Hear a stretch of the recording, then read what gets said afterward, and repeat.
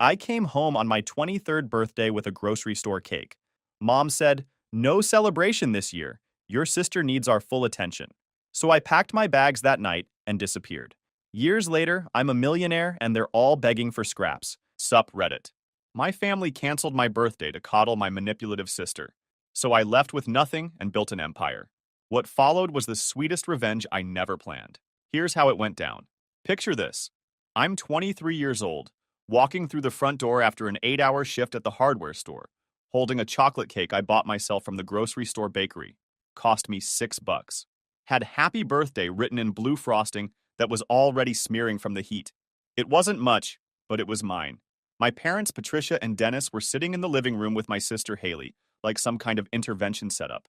The second I walked in, my mom looked up with this expression, not quite pity, more like practiced disappointment, and delivered the news. Blake, we've decided there won't be any birthday celebration this year. Haley's been feeling overshadowed lately and needs the family's full attention right now. You understand. Not a question. A statement. Like my feelings on the matter were irrelevant background noise. Haley sat on the worn leather couch looking appropriately distressed, fake tears already forming in her eyes. That's when something clicked in my brain. This wasn't just another instance of me being invisible in my own family. This was the final straw in a lifetime of being erased.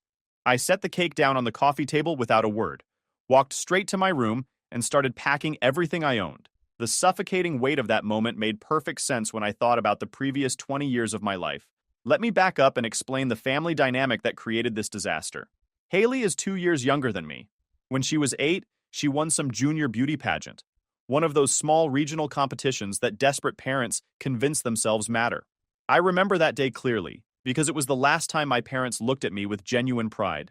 Right before they handed Haley that cheap plastic trophy, everything changed.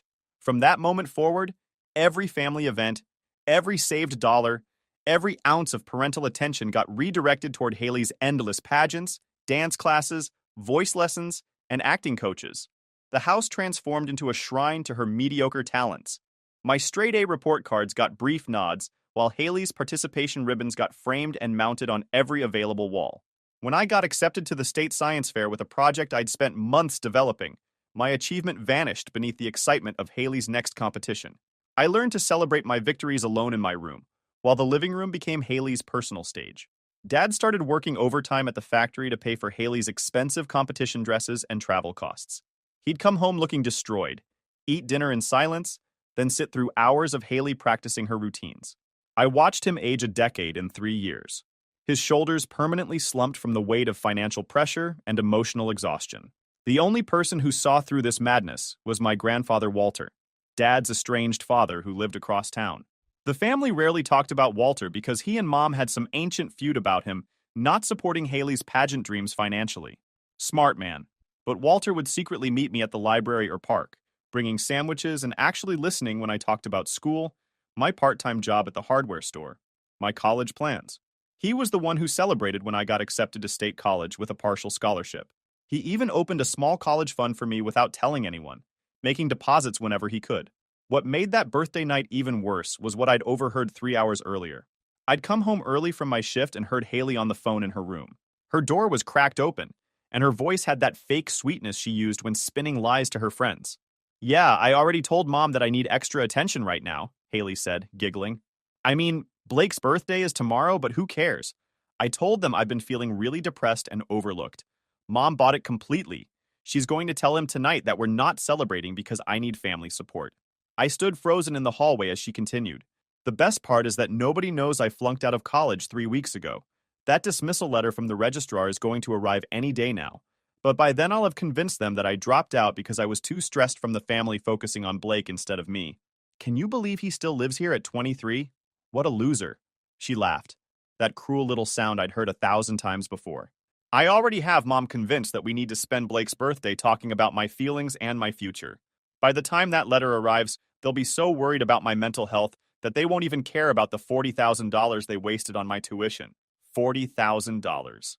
They told me they couldn't help with my college expenses because money was tight, but they'd spent 40 grand on Haley's education that she'd just thrown away. I felt something break inside me in that moment. Something that had been cracking for years finally shattered completely. So when I walked in 3 hours later with that pathetic store-bought cake and saw them all sitting there, ready to cancel my birthday for Haley's manufactured crisis, I knew exactly what was happening. Haley had orchestrated this whole thing to deflect from her academic failure. She was using my birthday as a distraction, turning herself into the victim before the truth could come out. Mom sat forward on the couch, hands folded in that practiced way she had when delivering what she thought was motherly wisdom. Blake, you need to understand that Haley is going through a very difficult time right now. She's been feeling like the family doesn't appreciate her enough, and we need to show her that she's our priority.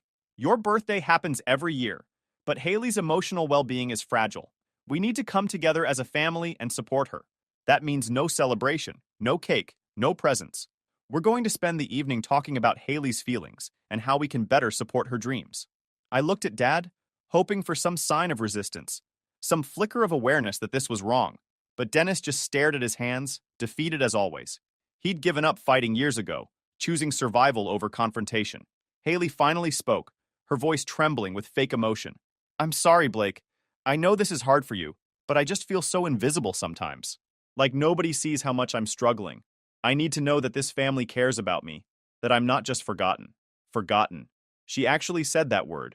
The girl whose face covered every wall, whose trophies filled every shelf, whose needs determined every family decision, she felt forgotten. Meanwhile, I'd been sleeping in the same tiny bedroom since I was 5, because Haley needed the bigger room for her pageant costumes. I'd been wearing the same 3 pairs of jeans for 2 years, because Haley needed new outfits for Instagram photos. I'd been forgotten so thoroughly that most extended family members couldn't even remember what I was studying in college. That's when I made my decision. No announcement, no dramatic confrontation, no begging for recognition. I simply set that sad little cake on the coffee table, looked at each of them one last time, and walked to my room. They probably thought I was going to sulk like I had so many times before. They had no idea I was about to disappear from their lives completely. I moved through my room with the efficiency of someone who'd been planning this escape subconsciously for years. Every drawer got emptied, every important document gathered, every piece of clothing I actually cared about folded into 2 large duffel bags and a backpack. The room looked strange as I packed, like it was finally revealing what it had always been, a temporary stop rather than a home. My entire life fit into 3 bags. That's what 23 years in this house amounted to. 3 bags and a college acceptance letter. I heard footsteps in the hallway around midnight. Dad knocked softly on my door. Blake, can I come in? I opened the door. He stood there looking older than his 48 years. Shoulders hunched, eyes tired. For a moment, I thought maybe he'd come to his senses. Maybe he was finally going to stand up for me. Instead, he pulled out his wallet and handed me 5 crumpled $100 bills. This is all I have right now, he said quietly. I know things aren't fair. I know we've failed you. But I don't know how to fix it anymore. Your mother, Haley, I just don't have any fight left. I took the money. Not because I thought it made things right, but because I knew I'd need it. $500 was more than he'd ever given me for anything. The fact that it came with an apology for my entire childhood somehow made it worse. Thanks, I said flatly. Where will you go? Does it matter? He looked like I'd slapped him, but he didn't argue, just nodded and walked away, shoulders somehow more slumped than before. I left at 2 a.m. while everyone was asleep, threw my bags in my beat-up Honda Civic that had 187,000 miles on it, and drove to the one place I knew I'd be welcome, Grandpa Walter's small house across town. Walter opened the door in his bathrobe, took one look at my bags and my face, and just stepped aside to let me in without questions. That's the thing about Walter. He didn't need explanations. He understood instantly. Birthday went well, I take it, he said dryly, heading to the kitchen to make hot chocolate. I told him everything. The conversation I'd overheard, the canceled celebration, the 500 from Dad. Walter listened without interrupting, his weathered hands wrapped around his mug, jaw working like he was physically restraining himself from saying what he really thought. When I finished, he was quiet for a long moment. You can stay here as long as you need, he finally said. The spare room's yours. No rent, no conditions. Just promise me you'll finish college and make something of yourself. Best revenge is living well. I promised. That spare room became my launching pad. I worked full-time at the hardware store, went to classes, and spent every spare moment learning about real estate investment. Walter, it turned out, had dabbled in property renovation decades ago. He taught me everything he knew about finding undervalued properties, doing budget renovations, and maximizing rental income. The college fund he'd been secretly building for me turned out to be $8,000, enough to cover a year's tuition if I stayed local and kept working. I finished my degree in 3 years instead of 4 by taking summer classes and maxing out my credit hours each semester. Meanwhile, my family fell apart without me there to be the scapegoat. The dismissal letter from Haley's college arrived 2 weeks after I left. Mom called me 17 times that day. I didn't answer. She left voicemails that progressed from angry to desperate to guilt-tripping. Blake, your sister needs you right now. This is a family crisis. How can you abandon us like this? We need to present a united front. Call me back immediately. I deleted every message without listening to them fully. Through Walter, who maintained sparse contact with Dad, I learned what was happening. The $40,000 tuition bill was due. Haley's mental health crisis defense didn't hold up when the registrar explained she'd failed every single class from sheer lack of attendance. Mom was furious. Dad was resigned. Haley was playing victim harder than ever, somehow making her academic failure about the family not supporting her emotional needs enough. Without me there as the buffer, the responsible one who made everyone else's dysfunction look less bad by comparison, they had to actually look at each other. Apparently, they didn't like what they saw. I graduated college at 24 with a degree in business administration and exactly 0 family members in attendance. Walter came, bringing a small cake and a card with a check for $1,000. Investment capital, he called it. Go make your first deal. That summer, I found a foreclosed property through a bank auction listing. 3-bedroom house in a decent neighborhood that had been sitting empty for 8 months. The grass was waist high, the paint was peeling, and the interior looked like it had been abandoned mid-renovation by someone who'd run out of money and hope. Perfect. The bank was listing it at $52,000, but I could tell they were desperate. Properties in this condition scared off most buyers who wanted move-in ready homes. I spent a week researching comparable sales, calculating repair costs, and building a detailed renovation budget. Offered $47,000, expecting them to counter. They accepted $45,000 within 24 hours. Used Walter's $1,000 investment plus every penny I'd saved from 3 years of working at the hardware store as a down payment. Got a small business loan for the rest, with the property itself as collateral. The bank officer looked skeptical when I walked in with my renovation plans and budget spreadsheets, but the numbers were solid. He approved it. The next 6 months were brutal. I'd work my regular job during the day, then head to the property and work until midnight or later.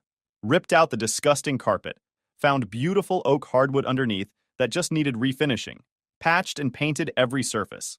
Replaced outdated light fixtures with modern alternatives from the hardware store where I got my employee discount. Landscaped the yard myself, spending weekends pulling weeds and planting shrubs. Learned plumbing by watching YouTube videos and calling in favors from contractors I'd met through the hardware store. Figured out basic electrical work the same way. Made mistakes, plenty of them, but learned from each one. The first faucet I installed leaked for 3 days before I figured out I'd forgotten a washer. The first light switch I wired was backwards. But by the end, I could handle most basic home repairs competently. Also learned about permits, inspections, and the million small details that separate amateur landlords from professional property managers. Discovered that the city required specific permits for certain electrical work. Found out that rental properties needed specific safety features like hardwired smoke detectors. Every regulation felt like an obstacle designed to stop people like me, but I treated each one as a lesson in how to do things right. When I finished, the place looked completely transformed. Fresh paint, updated fixtures, refinished floors, landscaped yard, had it professionally appraised, and it came back at $89,000. I'd essentially created $44,000 in equity through 6 months of sweat and about $15,000 in materials and permits. Listed it for rent at $1,200 per month. Got 14 applications in the first week. Selected a young couple, both teachers, stable income, excellent references, no red flags. The rent covered my mortgage payment, property taxes, insurance, and maintenance fund with about $200 left over each month. That surplus went straight into savings for the next property. But more importantly, I'd proved I could do this. That first property wasn't just about money. It was about demonstrating that I could take something broken and make it valuable, that I could build something real with my own hands and intelligence. The second property came 8 months later. Another foreclosure, this one a duplex. Same process. Research, calculate, renovate, rent.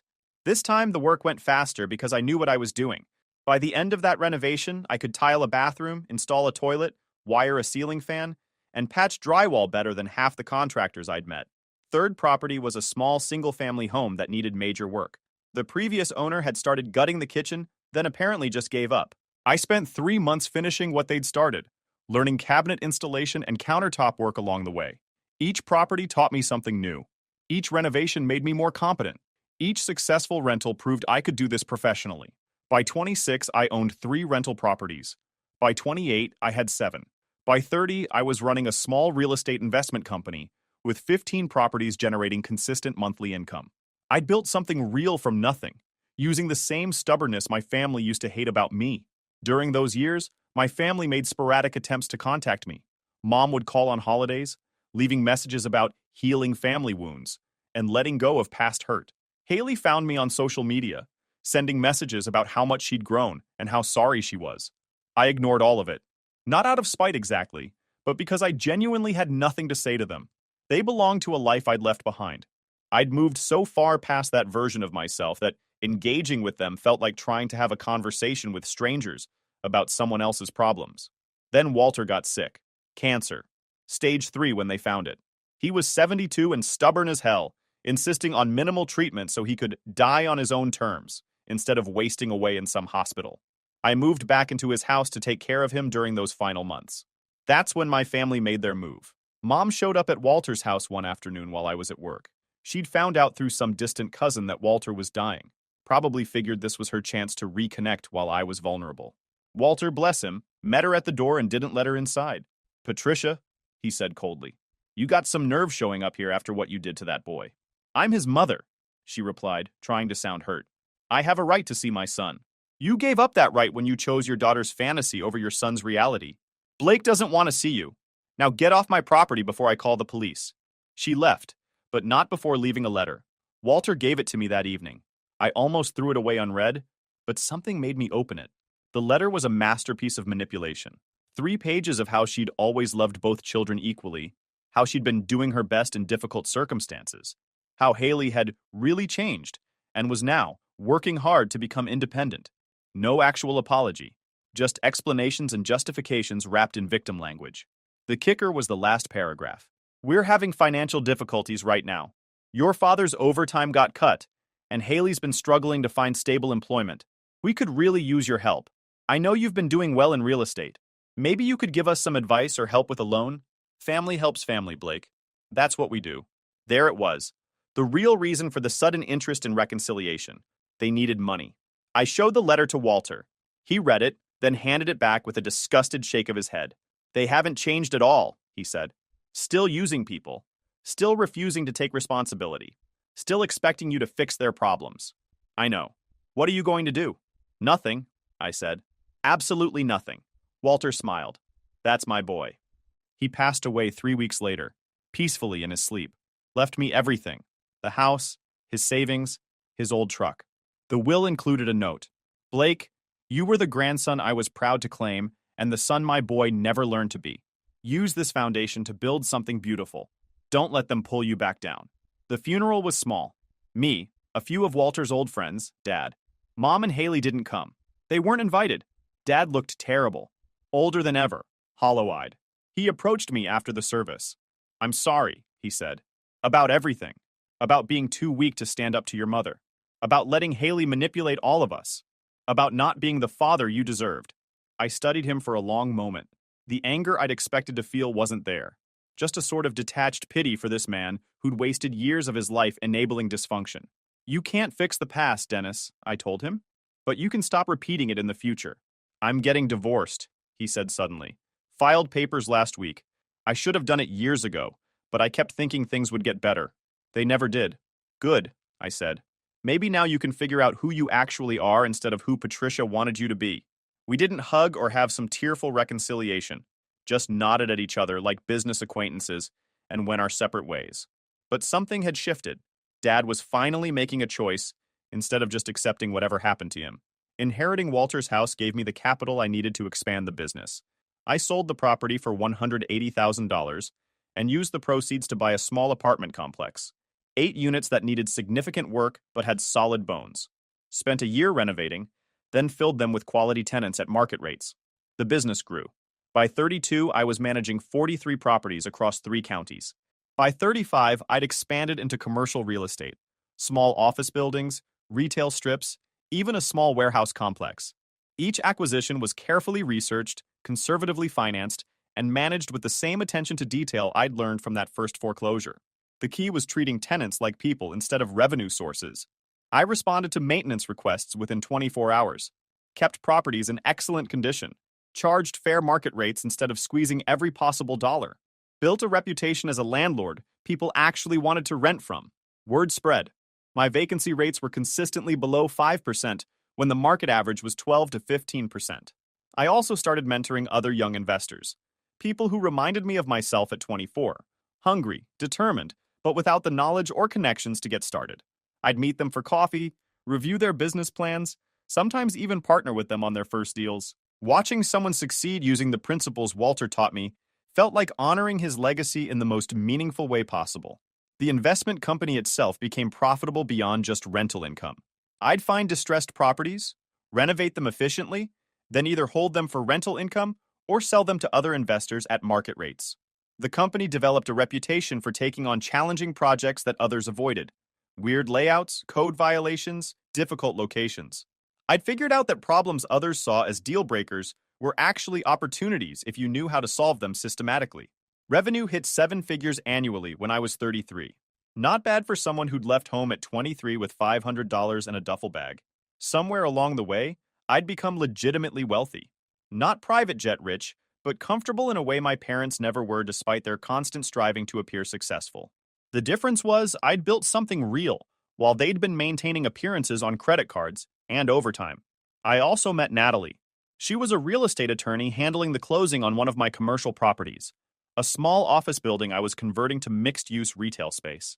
The previous owner had gotten tangled up in code violations and was selling at a loss just to escape the headache. I saw potential where they saw problems. Natalie walked into our first meeting wearing a sharp suit and carrying a briefcase that looked like it weighed more than she did. She was direct, efficient, with exactly zero patience for nonsense. Within 5 minutes, she'd identified 3 potential issues with the title that the previous attorney had missed. Within 10 minutes, she'd outlined solutions for all 3. "You actually read the whole contract," I said, impressed. "Most attorneys just skimmed the standard stuff." "That's literally my job," she replied, without looking up from her notes. "You'd be surprised how many people pay me to do things they could do themselves if they just read the documents." We ended up grabbing coffee after the closing. She suggested it, said she liked working with investors who actually understood what they were buying instead of just chasing money. We talked for 2 hours about real estate, market trends, and property law. She'd grown up in a trailer park, put herself through law school working 3 jobs, and had exactly zero patience for people who made excuses instead of making progress. "My mom always said I should find a nice, stable man to take care of me," Natalie mentioned during one of our early dates. She meant it as advice. I took it as a warning about what not to do. We clicked immediately. 2 people who'd both built themselves from nothing and understood that success wasn't about proving anything to anyone. It was about building something real that couldn't be taken away. She also understood family dysfunction in ways most people couldn't. Her father had been an addict who drained the family savings multiple times before disappearing when she was 12. Her mother had spent years making excuses for him, choosing loyalty to a destructive man over protection of her kids. Natalie had learned early, same as me, that sometimes the people who are supposed to love you are actually the ones holding you back. "You know what I love about real estate?" she said one evening while reviewing contracts at my kitchen table. "Buildings don't lie. They don't manipulate. They don't make excuses. Either the foundation is solid or it isn't. Either the structure is sound or it isn't. Everything is measurable, fixable, improvable. Wish people worked the same way." We dated for a year before I proposed. Nothing fancy, just the 2 of us at the first property I'd ever renovated, standing in the living room where I'd spent 6 months learning how to build something from broken pieces. I told her that was exactly what she'd helped me do with my life. Take someone broken and help them become whole without trying to change who they fundamentally were. She said yes before I finished the question. We got married 2 years later at a small venue that held exactly 50 people. Small ceremony, close friends only. No family drama, no performance, no pretense. Just 2 people who understood each other committing to building something together. Dad came, which surprised me. He'd fully divorced Patricia by then and was dating someone named Claire who actually treated him like an equal. He looked healthier than I'd seen him in years, like decades of weight had been lifted off his shoulders. "I'm proud of you," he told me at the reception. Walter would be too. Thanks. I know I don't deserve forgiveness, he continued. But I want you to know I'm trying to be better. To do better. I can see that, I said. And I meant it. Around this time, I got an unexpected message on social media from Haley. Unlike the previous attempts at contact, this one was different. No excuses, no manipulation, just a straightforward message. Blake, I know I don't deserve a response, but I wanted you to know I've been working on myself. Got a job at a restaurant, been there 2 years now. Started as a hostess, worked up to shift manager. It's not glamorous, but it's honest work, and I'm proud of it. I'm sorry for everything. You don't have to forgive me or even respond. I just needed you to know that I finally understand what you've known all along. That real worth comes from what you build, not what you're given. I didn't respond immediately. Showed it to Natalie, who read it carefully. What do you think? She asked. I think people can change, I said. But I also think time will tell if it's real or just another performance. Fair. 6 months later, Haley messaged again, this time with photos of her working at the restaurant. A simple apartment she'd rented on her own. A small savings account she'd built up. No requests, no manipulation, just evidence of a life she was building without anyone's help. I responded with a single line, proud of you for doing the work. Her reply came hours later. Thank you, that means more than you know. We didn't become close, didn't have tearful reunions or pretend the past didn't matter, but we established a distant respect. Two people who shared DNA and trauma, acknowledging each other's existence without demanding anything. As for Mom, I heard through the family grapevine that she was living in a small apartment after the divorce, working as a receptionist, still telling anyone who'd listen about her ungrateful children who'd abandoned her. The irony wasn't lost on anyone that she'd ended up doing the same type of work Haley had started with, except Haley had used it as a foundation to grow, while Patricia used it as proof of victimhood. Last year, I decided to honor Walter's memory by opening a community center in the neighborhood where he'd lived his entire adult life. The building was a former warehouse that had been sitting empty for 3 years. Owner had died, heirs couldn't agree on what to do with it, eventually sold it just to stop paying taxes on vacant property. I bought it for $180,000, then spent another $400,000 on renovations. The space was massive, 12,000 square feet of potential. We gutted it completely, bringing it up to modern building codes while preserving the original exposed brick and timber beams that gave it character. Created a computer lab with 20 workstations running current software. Built 4 private tutoring rooms where kids could get one-on-one help with homework. Designed a large multi-purpose room that could host everything from job training workshops to community meetings. Added a commercial kitchen and small restaurant space where people could get affordable meals. Nothing fancy, just good food at prices that wouldn't break someone's budget. The restaurant was Natalie's idea. She'd pointed out that lots of families in that neighborhood were food insecure, but free meals came with stigma. Charging $1 for a plate of food let people maintain dignity while still getting help. Smart woman, my wife. Spent 8 months on the renovation, managing contractors and doing much of the work myself when I could. The building transformed from an abandoned eyesore into something the neighborhood could be proud of. Named it the Walter Foundation, after the man who taught me that success meant building ladders for others to climb, not pulling them up behind you. At the grand opening ceremony, over 200 people showed up. Local families, business owners, city council members who'd helped fast-track our permits. The computer lab was already booked solid for the next month. 3 local teachers had volunteered to run free tutoring sessions. The restaurant had applications from 5 people wanting to work there, all from the neighborhood. Dad came with Claire, Haley came with her boyfriend and their baby son Owen. She'd named him after Walter's middle name. Natalie's family filled the room. Friends from over the years, business associates, people from the neighborhood who'd watched the renovation happen. I stood at the front of the room, looking out at faces that actually cared, and realized something profound. I'd built this. Not just the building, not just the business, not just the wealth.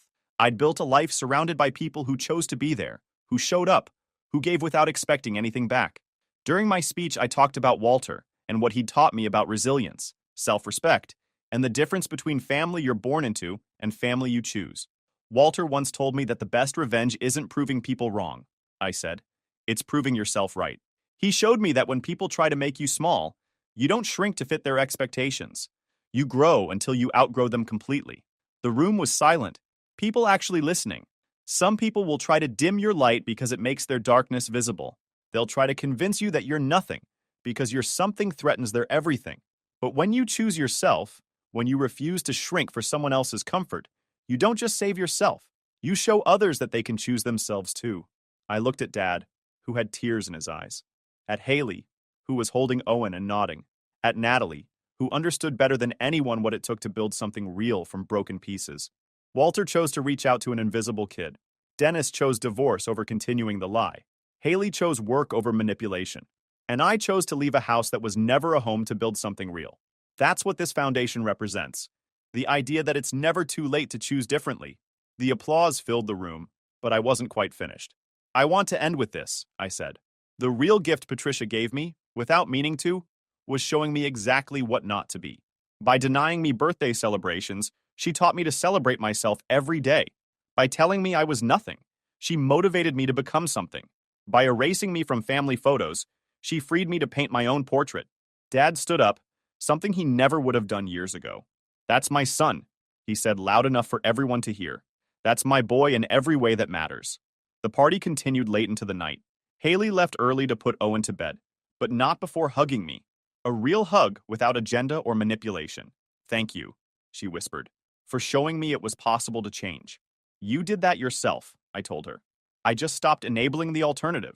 Dad stayed until the end, helping clean up like a volunteer rather than expecting to be served. As we stacked chairs together, he said something that stayed with me. I wasted 20 years being afraid of your mother's anger, afraid of making waves, afraid of standing up for what was right. The funny part is, once I finally did it, I realized the only thing I should have been afraid of was wasting more time being afraid. Better late than never, I said. Still, he replied, looking at the empty room that would soon be filled with kids learning and growing. I'm sorry I wasn't brave enough when it counted, when you needed me to be. We can't change the past, I told him. But you're here now. That counts for something. As Natalie and I locked up that night, she took my hand and said something I'll never forget. You know what the best revenge really is? It's not success or money or even happiness. It's indifference. Patricia is out there somewhere, still angry, still bitter, still blaming everyone else. But you've moved so far past her that she's not even a footnote in your story anymore. She's just a catalyst that started a reaction she couldn't control. She was right. I rarely thought about Patricia anymore. When I did, it was with the kind of detached curiosity you might have about a stranger's problems. Her hold over me had dissolved completely, replaced by the solid foundation of real relationships and earned success. Looking back now, getting banned from my own birthday was the greatest gift my toxic family ever gave me. It forced me to stop waiting for them to celebrate my existence and start celebrating it myself. It taught me that you can't earn love from people who see your success as their failure. And most importantly, it showed me that sometimes the best way to honor where you came from is to become everything they tried to prevent you from being. I'm 37 now. Natalie and I have 2 kids who are growing up in a house where birthdays are celebrated, achievements are recognized, and love isn't conditional on being better than someone else. Haley brings Owen over for Sunday dinners, where he plays with his cousins and learns that family gatherings can be about joy rather than judgment. Dad is an active grandfather, the kind he never got to be before. He still apologizes sometimes for the lost years, but I tell him the same thing every time. We can't change the past, but we can choose the future. As for Patricia, I heard through distant relatives that she's still at that receptionist job, still telling anyone who'll listen about her ungrateful children who abandoned her. The difference between her and Haley is stark. Haley chose growth while Patricia chose victimhood. If you enjoyed this video, please hit that subscribe button. It really helps the channel and help us bring you more and better stories. Thanks.